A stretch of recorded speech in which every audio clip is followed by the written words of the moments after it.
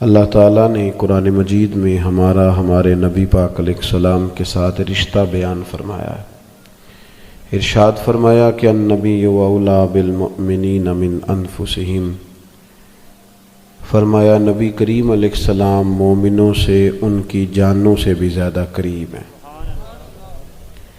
عزیز دوستو، بہت سارے دنیا میں رشتے انسان کے ہوتے ہیں، لیکن کچھ رشتے بہت گہرے احساس کے رشتے ہوتے ہیں۔ ان سب رشتوں میں ہمارا سب سے حساس رشتہ نبی کریم علیہ السلام کے ساتھ ہے، اور قرآن مجید نے فرمایا کہ یہ محبوب تمہاری جانوں سے بھی تمہارے زیادہ قریب ہے۔ آج تک کوئی نہیں بتا سکا کہ جان انسان کے جسم کے کتنا قریب ہوتی ہے، تو جو جان سے بھی زیادہ قریب ہے۔ نبی کریم علیہ السلام اپنی امت کے لیے بہت زیادہ احساس فرماتے۔ یہ جو ہر عنوان پر آپ کو نبی پاک علیہ السلام کے ارشادات ملتے ہیں، تعلیمات ملتی ہیں، تربیت ملتی ہے، اس کی بھی وجہ یہ ہے کہ اللہ کے محبوب علیہ السلام بہت احساس فرماتے اپنی امت کا، جگہ جگہ پہ سمجھاتے، قائل کرتے۔ ہمارے اندر جتنی بھی کمزوریاں ہیں حضور علیہ السلام نے ان سب کی نشاندہی فرمائی۔ جن رستوں پہ ہمیں چلنا تھا ان سب رستوں کو واضح کر کے کھول کے حضور نے بیان فرمایا۔ اس کا نتیجہ یہ نکلا کہ امت مسلمہ کے پاس نصاب زندگی اتنا زیادہ ہے کہ کسی سے بھی کوئی چیز مستعار نہیں لینی پڑے گی، کسی سے بھی کوئی چیز ادھار نہیں مانگنی پڑے گی۔ سارا کچھ رسول کریم علیہ السلام نے ہمیں اپنے فضل سے اور اپنی رحمت سے عطا فرمایا، اور اس پر نبی پاک علیہ السلام کا اپنا فرمان شاہد ہے۔ کریم فرماتے ہیں کہ میری اور تمہاری مثال اس شخص کی طرح ہے جس آدمی نے آگ روشن کی تھی تو پتنگے اس میں گرتے تھے، تو وہ ان پتنگوں کو روکتا تھا کہ تم اگر آگ میں گرو گے تو جل جاؤ گے۔ وہ بار بار ادھر جاتے تھے، گرتے تھے۔ حضور فرماتے ہیں تم بھی ایسے کام کرتے ہو جو تمہیں دوزخ میں لے جائیں گے، اور میں تمہیں سینہ بند سے پکڑ کے کھینچ کے کہتا ہوں یہ کام نہ کرو، دوزخ میں جانے والا، تمہیں بچانے کی تدبیریں کرتا ہوں۔ اللہ کے پیارے رسول صلی اللہ تعالی علیہ وسلم کی جو تبلیغ ہے وہ بھی اس طرح نہیں ہے جس طرح آج میری طرح کے لوگ تبلیغ کرتے ہیں، کہ اس میں بعض جگہ پہ جارحانہ پن بھی پایا جاتا ہے، شدت بھی پائی جاتی ہے، اور بعض جگہ تبلیغ و اشاعت سے زیادہ پروٹوکول اور شہرت کا دخل ہوتا ہے۔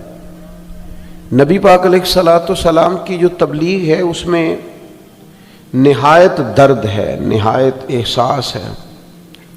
کبھی آپ نے دیکھا ہے کہ ماں جب اپنے بیٹے کو سمجھانا چاہتی ہے یا باپ اپنے بیٹے کو سمجھانا چاہتا ہے تو اسے سامنے بٹھا کے جملوں کی عمدہ اور اعلیٰ ترتیب کے چکر میں نہیں پڑتا، بلکہ اس کی خواہش ہوتی ہے کہ کسی بھی طریقے سے میرا بیٹا بری عادات کو چھوڑ دے۔ اس کے لیے والدہ روتی بھی ہے، گزارش بھی کرتی ہے، سمجھاتی بھی ہے، باپ اس کے لیے بڑی جدوجہد بھی کرتا ہے، اور بیٹے کو یہ بھی بتاتا ہے کہ بیٹا میں نے تو ساری زندگی تیرے نام کر دی، اور میں یہ چاہتا ہوں کہ تو سنور جائے، تیرے اندر تبدیلی آ جائے۔ بڑی کوشش کرتا ہے والد، اور بیٹا اگر وعدہ کر بھی لے کہ ابا جی آج کے بعد شکایت کا موقع نہیں ملے گا، تو پھر بھی وہ مطمئن نہیں ہوتا، بلکہ ہم نے دیکھا ہے کہ وہ رات کو مصلی پہ بیٹھ کے ماں باپ روتے ہیں، یا اللہ ہماری کمائی نہ کہیں ساری چلی جائے، کوشش کرتے ہیں۔ شدت احساس ہے۔ حضور علیہ السلام کا امت کے ساتھ چونکہ بڑا حساس رشتہ ہے، تو تبلیغ دین میں آپ کو شدت احساس ملے گا، شدت احساس۔ حضور علیہ السلام کی خواہش ہے کہ لوگ ایسے کام کریں کہ جنت میں جائیں، لوگ ایسے کام کریں کہ اللہ کا قرب پائیں، میری امت ایسے کام کرے کہ دنیا میں امامت کا فریضہ سر انجام دے، یہ اس طرح کے ہو جائیں کہ ان کا طرز زندگی سب کے لیے مشعل راہ ہو۔ یہ سب سے کامیاب ترین وقت گزارے، اس کے لیے نبی پاک علیہ السلام ارشادات فرماتے، سمجھاتے، قائل کرتے، تبلیغ کرتے، اور پھر رات کو حضور روتے بھی کہ اللہ انہیں ہدایت کا نور عطا فرما، ان کے لیے ساتھ دعا بھی فرماتے۔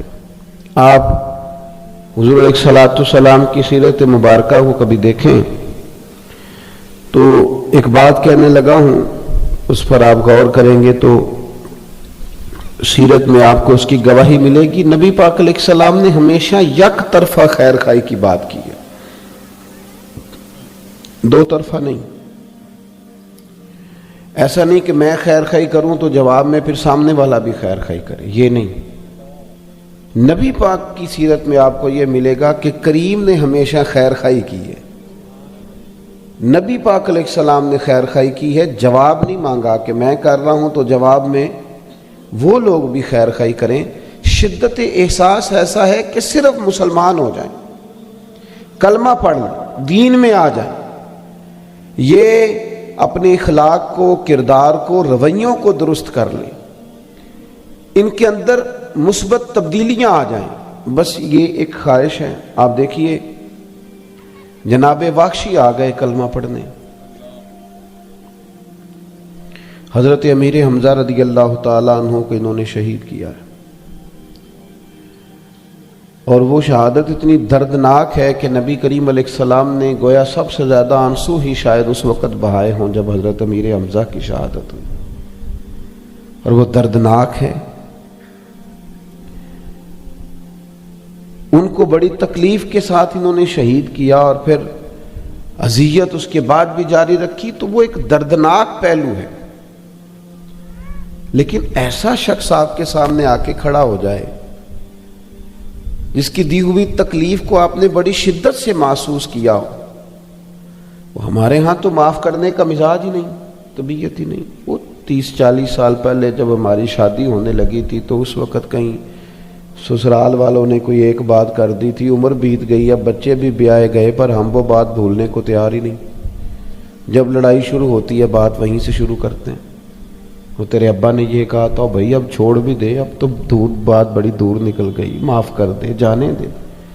ہم تو ضد پال لیتے ہیں اور اس قدر زیادہ شدت کرتے ہیں کہ وہ کوئی ایسے محسوس ہوتا ہے کہ جیسے کوئی ہم نے کبھی غلطی کی ہی نہیں، تو لہذا سامنے والے نے کیا تو معاف بھی نہیں کریں گے۔ وہ جناب واخشی آئے، اور ساری بات کا خلاصہ یہ ہے کہ انہوں نے عرض کیا کہ میری بھی معافی ہو جائے گی، مجھے بھی درگزر کر دیا جائے گا، میں بھی قبول ہو جاؤں گا۔ تو کریم فرمانے لگے تو سچے دل سے کلمہ پڑھ، ہم تمہیں بھی معاف کرنے کو تیار ہیں۔ اس لیے کہ وہ جو شدت احساس ہے، شدت احساس، اس کو سمجھیں۔ امت بعض چیزوں کو سمجھتی نہیں، غور نہیں کرتی۔ ہمارا زیادہ وقت دین کو منانے میں گزر گیا، میلاد منایا، معراج منایا، بزرگوں کے عرس منائے، ہم نے جناب فلاں چیز منائی۔ او بھائی اپنائیں گے کب؟ فقط منائیں گے، آپ اپنائیں گے کب؟ دین تو اپنانے کے لیے آیا، جس چیز کا پتہ چل گیا اس پر عمل کرو، جو چیز ہم تک آ گئی ہے اس کے مطابق اپنے آپ کو بدلو۔ لوگ جا کے پیر صاحب سے کہتے ہیں حضرت میں بدلنا چاہتا ہوں، کچھ بتائیں، تو کئی دفعہ پریشانی ہوتی ہے کہ جناب اتنا کچھ تو بتایا ہے، ابھی تک تو بدلے نہیں، اب اور کیا بتائیں؟ ہر موضوع پر تو بتایا ہے، ہر عنوان پر تو تفصیل دی ہے، ہر جو ہے پہلو اس پر تو گفتگو کرنے کی کوشش کی ہے اپنی بساط کے مطابق۔ اب کیا مطلب، ہم نئی چیز کیا چاہتے ہیں؟ شرط یہ ہے کہ ہم اس احساس کو محسوس کریں۔ آپ صحابہ کرام علیہم رضوان کو کبھی دیکھیں نا، تو جس احساس کی شدت کے ساتھ حضور انہیں دین بتاتے تھے، اسی شدت کے ساتھ، احساس کی شدت کے ساتھ وہ قبول کرتے تھے اور اس پر عمل کرتے تھے، اسی توانائی کے ساتھ، اسی انداز کے ساتھ۔ یعنی کوئی لیت اللہ نہیں، کوئی تبصرہ نہیں، بالکل سادی سی بات ہے. حضور علیہ السلام اگر مسجد اقصیٰ کی جانب بیت المقدس کی جانب منہ کر کے نماز پڑھ رہے ہیں تو بسم اللہ. اور اگر سرکار نے دوران نماز ہی رخ انور بیت اللہ شریف کی طرف موڑ لیا ہے، خانہ کعبہ کی طرف، تو تبصرہ پھر بھی کوئی نہیں. بس جہاں تیری جھلک دیکھی وہیں ڈوب گئے، کوئی تبصرہ نہیں. اگر اس طرف کہیں گے تو ٹھیک ہے، اس طرف کہیں گے تو. یہاں تو لوگ حکمتیں پوچھتے ہیں، کہتے ہیں کہ بتائیں اسلام نے سود منع کیا ہے تو وجہ، بھئی وجہ کیوں بتائیں؟ غلام بھی وجہ پوچھتے ہیں، غلام بھی وجہ پوچھتے ہیں. آپ اپنے خادم سے کہیں جا 5 کلو چینی لے کے آ، تو وہ آپ سے کہ کیا کرنی ہے، 2 کلو منگا لو، تو اجازت دیتے ہو پوچھنے کی؟ ایک طرف غلامی کا دعویٰ ہے نبی پاک کی اور دوسری طرف حکمتیں پوچھتے ہو، یہ کیا بات ہوئی؟ آپ نے رکھا ہوا ہے نا خادم، گاڑی ڈرائیور رکھا ہے، تو آپ نے گاڑی کو کھڑا کیا ہے پیٹرول پمپ پہ، تو آپ نے اس سے کہا 10,000 کا پیٹرول ڈال دو، تو کہنے لگا نا جناب 5 کا ڈلوائیں، تو آپ اسے اجازت دیتے ہیں یہ کہنے کی؟